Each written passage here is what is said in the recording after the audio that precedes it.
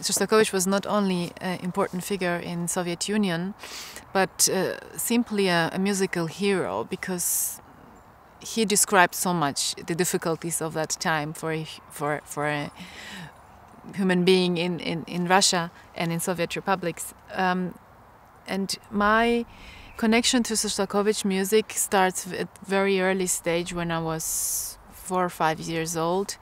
I used to listen a lot to my father, who played all of Shostakovich's quartets, and I even used to ask him who this man was, because I was looking at a big picture of Shostakovich hanging in our studio, where my father was rehearsing with his quartet, and for me it was very difficult to understand why my father would hang a picture of someone who was not maybe his relative or his father or something like that. But he was certainly someone who admired Shostakovich as a person, as a composer, as a personality. And this fact was had a big impact on my life and on my childhood.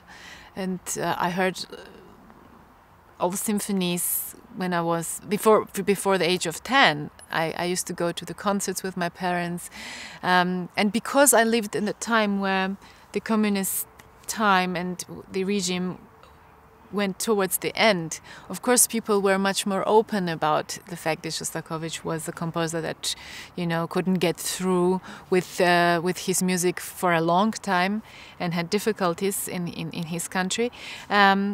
Certainly to record this concerto together with the other pieces of important composers in Soviet republics like Georgia and Estonia is for me one very important subject that I wanted to share and I wanted to bring together, because I spent 11 years in Georgia, who was part of the Soviet Union, and simply to go back to where you come, it's always very interesting, and to take something with you, what you've experienced, is very important.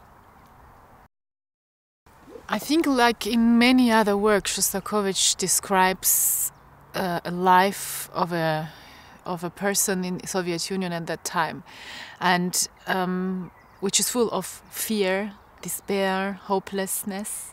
In the first movement of this piece, we find like endless time in a place where there is little hope. And one is not really sure where it's going.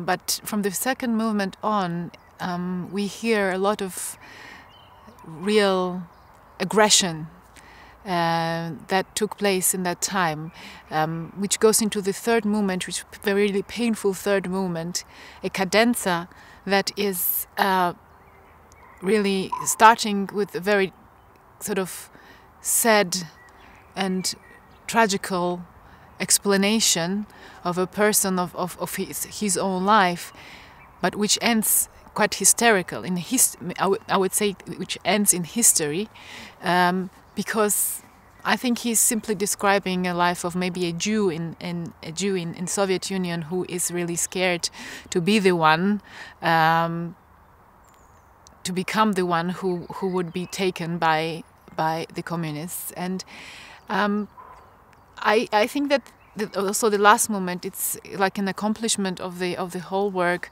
which for some people is a fun movement, but I think it's simply the dance in hell, and just to imagine this whole human history behind this is something very, very, very strong. I think also for the musician himself to be on the stage and tell this story, but I'm sure that also the listener in a way is going through this. So that was, of course, for me a very interesting subject to tell.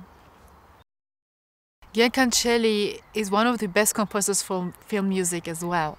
As when I was really young, I used to see a lot of movies also for children, and he wrote lots of different sorts of film music, which was very, very beautiful, and his music in general has lots of nostalgia and calmness, this sort of remembering something, maybe. I think in difference to Shostakovich music, Kancheli in a way finds always the peace, which Shostakovich doesn't, and maybe it's also linked to different styles of life of these two people. I know Giya Kancheli myself personally, and I know that life in Georgia was also different, even at the communist time, than in Russia. Like, Georgia was maybe one of the countries that had the biggest fight against the communists and really looked for independence. So even in the music, you can hear that more than from the composers who lived in Russia, who were more caught in all this political life. Arvo Pärt is an Estonian composer who also was very nostalgic because he had to leave his beloved country, which is also a small country, Estonia, like Georgia. But also he was located basically in Europe. Being an Estonian is a kind of less painful fact than when you're really in the middle of this whole happening. So of course Shostakovich is the composer that marked very strongly the time of Soviet Union. I must say I'm a very, very lucky person to have had this chance to work with Esa-Pekka and this phenomenal orchestra, Bayerischen Rundfunks Symphonieorchester. When I first met Esa-Pekka Salonen, I think I was 16. It was briefly after I had participated in the Sibelius competition. And he was introduced to me as one of the greatest conductors. At that time I didn't know him. And I remember at that time my Finnish manager told me, if you once get the chance to play with him, then you can count yourself to really an important musician, because he's really one of the greatest on earth. And which is absolutely the truth, and it has been my dream since then to work with him. We've met several times, but this was our first collaboration, musical collaboration. And it was so incredibly easy and friendly, and at the same time it's such a high level of musicality. And Bayerische Rundfunks Symphonieorchester, I don't think I know any other orchestra where I've got more friends because simply I've lived in Munich for 16 years, and this orchestra has had a very important impact on my musical life. I've been listening to their concerts. My husband played in this orchestra for 10 years, it was just such a joy to make music with these people and to be in the middle of this group and play together and get that support.